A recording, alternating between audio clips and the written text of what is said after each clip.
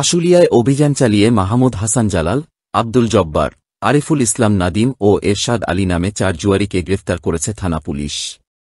দুপুরে আশুলিয়া থানার ভারপ্রাপ্ত কর্মকর্তা আবু বকর সিদ্দিক নিশ্চিত করে বলেন, গোপন সংবাদের ভিত্তিতে গত রাত 9টার দিকে বগাবাড়ি এলাকার সাইদুল ইসলাম শফিকের বাড়ি চিলেকোঠার ভিতর জুয়া খেলা অবস্থায় নগদ টাকা ও জুয়া খেলার সরঞ্জাম সহ ওই 4 জনকে গ্রেফতার করা হয়।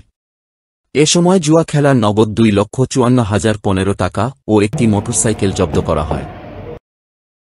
গোপন সংবাদের ভিত্তিতে জানতে পারি আশুলিয়া থানাধীন বগাবাড়ি শাকিনস্থ শফিক মিয়ার বাড়িতে 4তলা বিল্ডিংয়ে একটি জুয়া খেলার সংবাদ পাই। উক্ত সংবাদের ভিত্তিতে আমি সহ পুলিশ পরিদর্শক তদন্ত কামাল এবং সঙ্গী অফিসার ফোর্স সহ ওই বগাবাড়ি শফিকের বাড়িতে অভিযান পরিচালনা করিয়া সেখান হতে 4 জন জুয়ারু এবং জুয়া খেলার আলামত তাস 2.5 লক্ষ টাকা সহ 4 জনকে হাতে নাতে গ্রেপ্তার করতে সক্ষম হয়েছে।